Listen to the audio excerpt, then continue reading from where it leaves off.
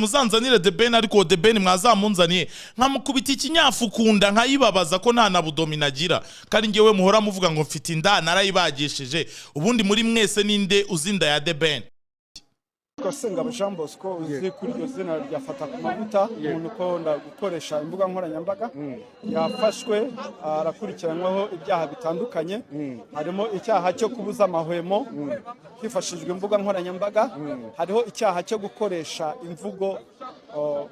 imvugo ziremereye zikurura amacakubiri mu bantu imvugo ubona zishyamiranya abantu imvugo ubona mu by'ukuri zidakwiriye ku muntu ukoresha social media ubabara ntabwo bihoraho ubupfubyi ntabwo buzashira. Mwaramutse mwese mukomeje gukurikirana Buganza TV F1 TV. Uyu munsi rero ni igitondo cyiza cy'umugisha twashije kuba twahabwa n'umuremyi. Munyemere rero mbwire abababaye bakomeze kwihangana bari hirya no hino mu bitaro bitandukanye byo muri kino gihugu cy'u Rwanda yaba hanze y'igihugu cyangwa se hirya no hino mu mpande enye z'isi. Turasuhuza rero aba diaspora cyangwa se abari hirya no hino mu bihugu byo hanze yaba bari muri Amerika, Afrika ndetse no ku mugabane w'Uburayi. Turababwiye rero ngo mukomeze mugire igitondo cyiza kandi igitondo cy'umugisha. Uyu munsi rero tugiye kugaruka ku byacicikanye hirya no hino ku mbuga nkoranyambaga. Hari iyi nkuru ikomeje kuvugwaho cyane itavuguzweho na bake. Hari benshi bagiye bavuga ifungwa rya Fata kumavuta, ariko maze iminsi 3 yose ndi gukusanya ibimenyetso bigiye bitandukanye ndi mu gukusanya ibyo dushobora kuba twagarukaho. Uyu munsi rero tugiye kugaruka ku muntu bita Fata kumavuta wagiye akora ibintu bigiye bitandukanye ku mbuga nkoranyambaga, ndetse abayobozi bagiye batandukanye harimo n'urwego rwa RIB rukaba rwarihanangirije uyu munyamakuru wita Fata kumavuta.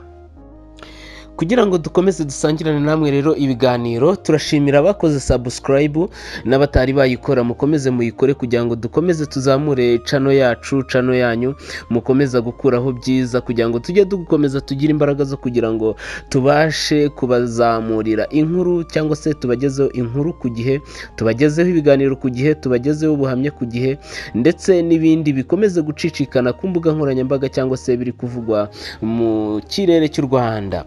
Munyemerero iyi nkuru nyibasangiza aho byatangiye umuntu bita Fata kumavuta akomeza kwibasira abahanzi bagiye batandukanye ndetse anishongora anihenura.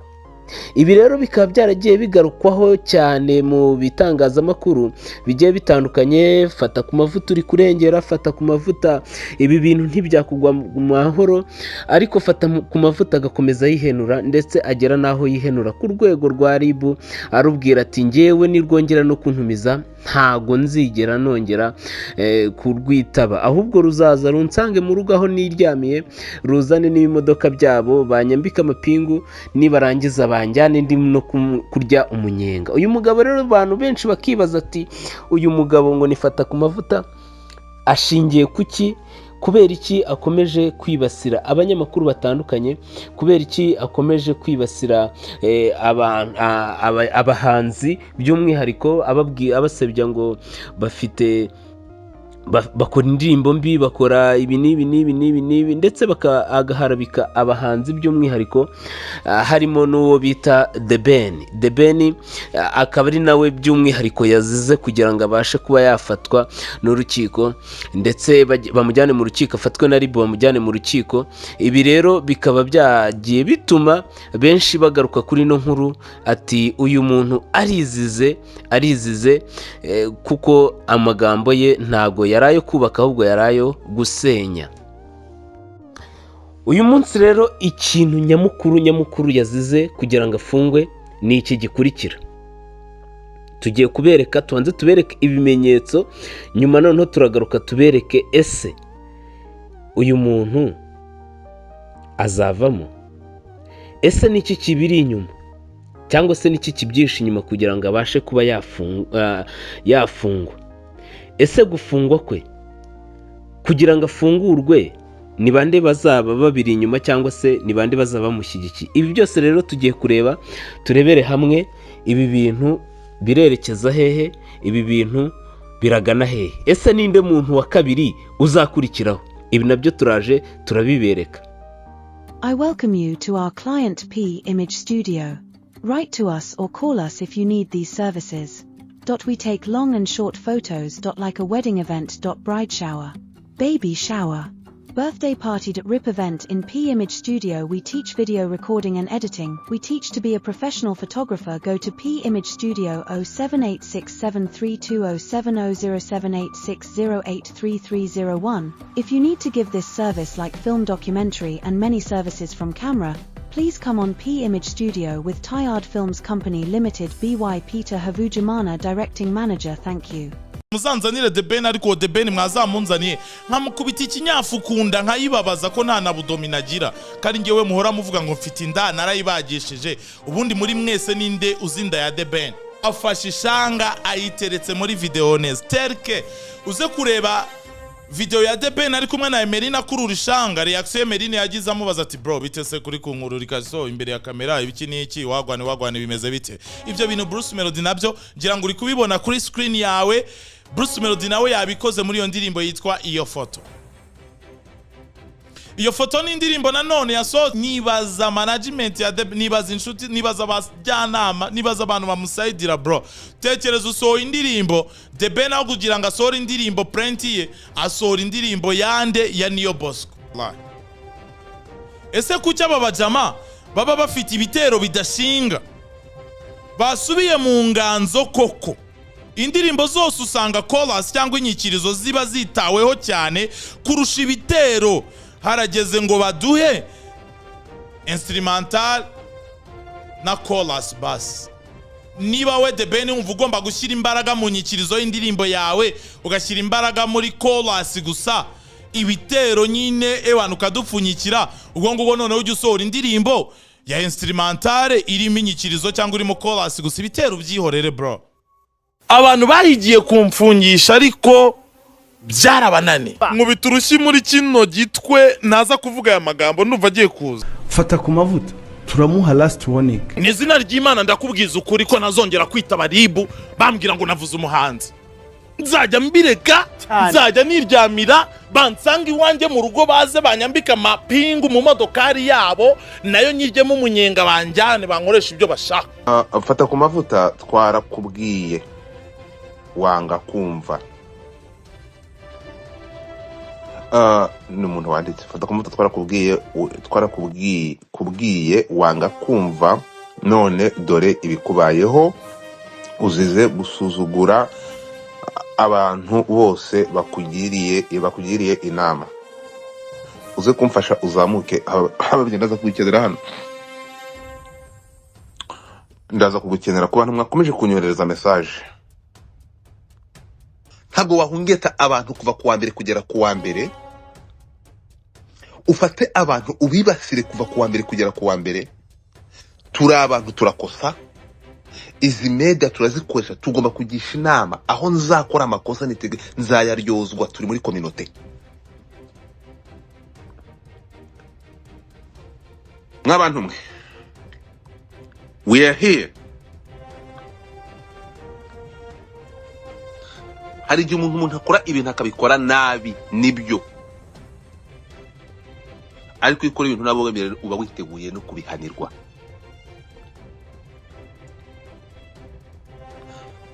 Ndabizi ngiye kubagira abanzi muri abanzi benshi.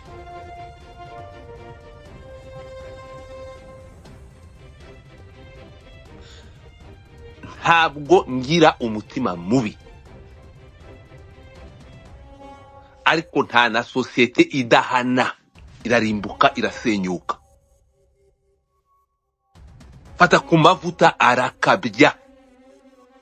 Ndashimira urwego unindengera uribi kantwara bakajya kundyoza ibyo nkora mu ntimuzaza hano muvuge ngo ariko Godfather muzavuge ibintu mu majyagambo yabyo, muvuge ngo Godfather yari yakabije.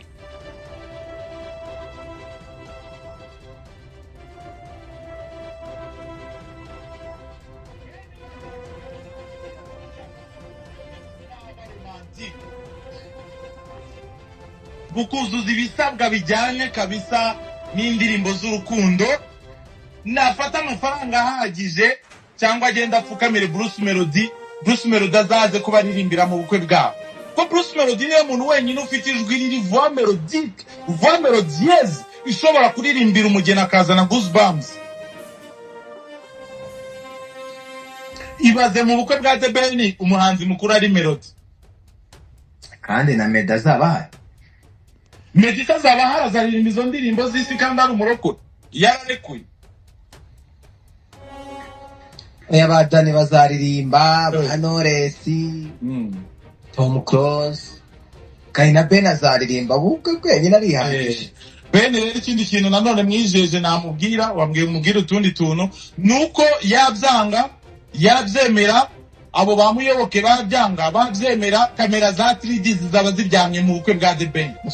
Ntabwo ari izi kamera babona, no kubipesu by'amakositime zizaba ari kamera za 3D. Ubukwe bwa The Ben nsezeranyije abanyarwanda, aka kanya ndabibabwiye ko tuzabubereka 100%. Bagerageje gushyira inzitizi zose zishoboka, ariko niho ahantu 3D TV izerekanira ko ikubitira ikinyoma ku mbuga igize gute. Buriya bukwe tuzabushyira, ariko nanone ashobora kuzahusha ejo tukamubona akoze ubukwe yambaye nka rya rose yazanye muri arena. ndashaka mwumve hano ubushize ejo buri hano narageze ndahagarika nanga kwakina. My question is ko tuzi n'ubundi ko iyi karita igiye kugenda, baragenda bamurekure ataye, ntabwo ngiye ngo bamufunge, ariko hakorwa iki kugira ngo abantu bajye baganirizwa? Noneho nuvuyeyo aveyo ibikorwa nk'ibi ngibi ashobora kubizibukira. Niba ari inshuro irenga, ntabwo iri munsi y'inshuro ya 10 uyu musore ahamagajwe. Tubwire kuri wowe umbona hakorwa iki ku banyamakuru? Ndi bugukosaho gatoya Godfather. Njye mu myemerere yanjye yenda hari benshi dushobora kutabyumva kimwe, hari bashobora kuvuga ati ku muntu arimiye ku muntu, ariko mu myemerere yanjye uretse unyeretse license ya 3D TV aho yavugiye ibyo ngibyo icyo gihe, uretse unyeretse license ya Fata clips aho yavugiye ibya kabiri, uretse unyeretse license z'iyo miyoboro zigaragaza ko ari ibitangazamakuru mu buryo za platform zindi nakubwiye mbere zabikozemo. Mu myemerere yanjye sinemera yuko icyo cyaha ari ikitangazamakuru. Ugeze ngo iki? Uravuze ngo iki ni icyaha cyakozwe n'umuturage agikorera abaturage bayenzi? Yego. RMC ntigomba kwitambika. Nge mu myemerere yanjye nitambika. Nitambika ntago naba ndimo muri uwo murongo, kwako nemera yuko icyaha cyangwa se ikosa ryo mu itangazamakuru ni ikosa ryakozwe n'umunyamakuru mu kazi kw'itangazamakuru akoresheje igitangazamakuru cyemewe cyanditse. Urakoze cyane. Bivuga ngo rero yego ndabizi ko hari benshi bari bugerageze kurwana n'iyo ngingo, bavuga ngo no abanza nyure muri RMC, ntago RIB yakagombye kuba intervena n'ibindi bitandukanye. Ariko tuzirikane yuko umuntu ku giti cye kugira ngo ashinge igitangazamakuru cyemerwe nk'igitangazamakuru, hari inzego ajya kubisabira uburenganzira zikamuha license yo gukora igitangazamakuru. Hanyuma uwo muntu niwe wihitiramo imiyoboro ari bukoreshe muri iryo tangazamakuru agiye gukora, niwe wihitiramo inzego ari bwubake muri iyo media house arimo kubaka, niwe wihitiramo imirongo migari y'ibyo avuga, niwe wihitiramo abakozi n'imiyoborere ari bukoreshe muri icyo gitangazamakuru. Niyo mpamvu uyu munsi iyo mvuze ikintu kuri antenne cyangwa se kuri mikoro z'igitangazamakuru nkorera, icyo bakampamagaza kubera yuko hari icyaha cyangwa se ikosa nakoreyemo. Icyo gihe iyo bampamagaza nshoreranye na chief editor wanjye, nshoreranye na program manager wanjye cyangwa se director, tukajyana bakavuga bati dore umuntu wanyu akoresheje imiyoboro yanyu mwasabiye uburenganzira. Icyo gihe za nzego zatanze license nizishinzwe kubigenzura ziba zidutumije, yavuze ABCD, bityo kubikosora n'igihano ni ibi. Urumva icyo kigakorwa bigahanwa mu buryo amategeko y'itangazamakuru yabiteganyije. Ariko nubyuka ukanyereka ngo ngiyi license y'uyu muntu imwe y'iyi institution, iyi company iyemerera gukora ibikorwa by'itangazamakuru, ubwo ndimo ndavuga either 3D TV cyangwa channel ya YouTube yariyo yose, sibyo? Ukanyereka ngo ngiyi license, ngibi hierarchy na management byemeye ko iyo content ijya muri uwo murongo, icyo gihe ari umunyamakuru ari n'igitangazamakuru yabikoreshejeho, ndemera babahane muri uwo murongo. Ariko niba ntabyo, Godfather urabizi ko iriya mirongo ya YouTube nta license za RDB cyangwa se RGB cyangwa RURA bafite. Icyo tucyumvikaneho, kereka niba babifite bakabitwereka. Ibyo ngibyo nibyo bigenda bitaba umuntu mu nama, ugasanga umuntu araje aragukorera kuri mikoro aridagadura akavuga it's fine, ariko mu by'ukuri nubwo mu mutwe we avuga ngo iki ni igitangazamakuru, nagira nkumenyeshe ko cyo atari igitangazamakuru. Ntabwo ari media institution, uwo ni umurongo w'amakuru, ariko ntabwo ari media house iri accredited. Rero ibyo nkora nsohotse hanze yo ku gishushu ninjye bireba kandi bibazwa ngewe.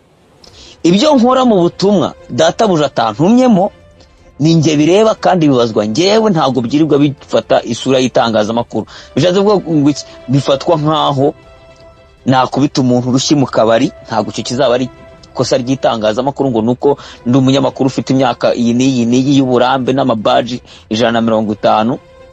Maybe bizavugwa cyane ko ndi umunyamakuru, ariko ntabwo ari cyaha cy'itangazamakuru. Nta hantu bihuriye nuko ni nkuko naba ntwaye nkagonga nkakora accident cyangwa se bakamfata ntwaye nanyweye.